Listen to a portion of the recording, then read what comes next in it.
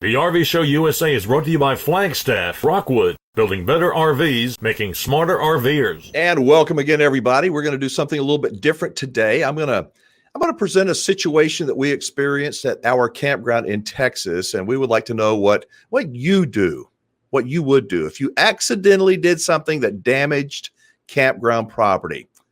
What would you do if it was 100% clearly your fault? You know, there's no doubt that you screwed up, and we all screw up from time to time, but that you screwed up. And I think that in the few seconds after you screw up, that tells an awful lot about people, but we definitely will want to know what you think. I hope we can keep the discussion in a positive manner, and talking about positive campground behavior and campground etiquette. Everybody will keep the conversation on topic, that it won't turn, typically hateful, as so many things do on social media. Passionate, good; hateful is not. We're going to make the story into a Be a Better Camper video this week, but for now, let me just kind of set the scene. So our regular viewers know that my wife and I own a campground in Central Texas.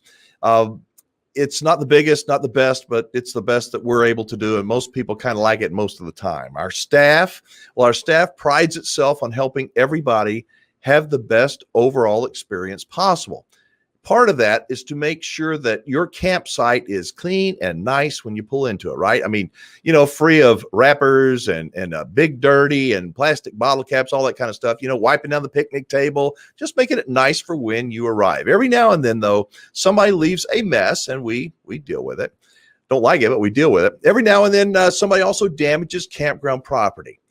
And nearly 100% of the time, it's either, well, it's an accident almost always, but it has to do with something, somebody's just not paying attention, or they're really doing something crazy and stupid. Here is a recent example. All right, that's right. That's one of our picnic tables that we made out of 2x6s, and your eyes are not playing tricks on you. That's a big old hole burned right through it. Right through the middle of the picnic table. I mean, how hot, for how long does it take to burn a big old hole in a 2x6?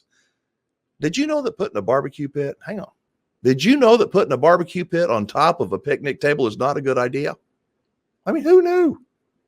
So my question, I really do want to know the answer.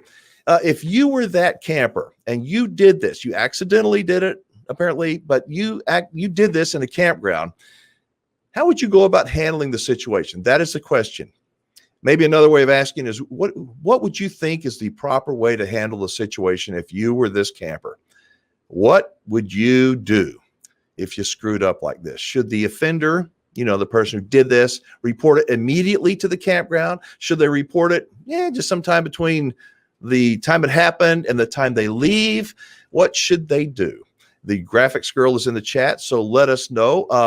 What should a responsible camper do when they screw up, even if it is an accident? What would you do? Would you just ignore it and say nothing? Would you own your mistake and you and the campground kind of figure out the best way forward? Post what you think is the best approach. What is the worst approach also by the camper who made this mistake? So I'm actually curious, and I think everybody else is going to be curious about how you handled this situation, though. Are you going to tell anybody what happened? Nope. Yes, I will. Come on. Okay. But first, I want to know what our listeners, what our viewers think that how the camper should have handled this situation. That's what I want to know. Let me see. I do too. Sorry, I'm looking at comments that are coming in and posting comments myself, but I am actually curious about that too. And I want to know what you guys think. Please call the number that's going to be up on the screen. It is 1-330-WINGMAN. or 1-330-946-4626. You can call that number and sound off. I'm going to be editing the phone calls that we do get. I got my little cell phone right here, and everything is being transferred right there. I'm going to edit them, and hopefully we can play your call in the air. Well, you're going to have a lot of work to do, I think, Miss Katie. But I think it's going to be a busy night. Yeah, I think so too. So what do you think, folks? We're going to give it a few minutes to get some comments coming in. This is kind of a little example of why the Be a Better Camper movement, I think, is so important. It's called Be a Better Camper, not a perfect camper, just a better camper, a responsible camper. What is the best thing campers should have done when this happened? What's the worst thing you think these campers could have done? I'm seeing a bunch of comments popping up. Someone said picnic tables are $100. You pay, if you ruin it, you pay for another one.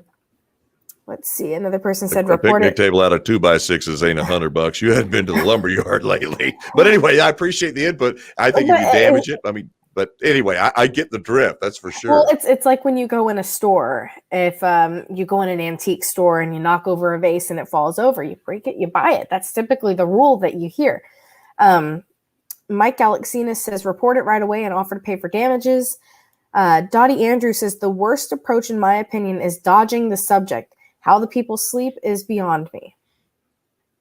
Well, I can see we're already getting a couple of voicemails. Literally, could you hear it dinging? Yeah, I got it buzzing. Yeah. Anyway, all right. So we're going to play. Hopefully, Miss Katie will have some time to edit these calls. If you have an opinion on this, yes, we like to read comments, but we like to hear your voice too. If you'll call, right now we're all a little bit busy, but if you call the number on the screen, leave a voicemail message. What do you think is the best? What do you think is the worst way to handle this? If you were the camper, obviously, I don't think this was intentional. No, I know it was not intentional. But what's the best and worst? What is the worst way a camper should handle this?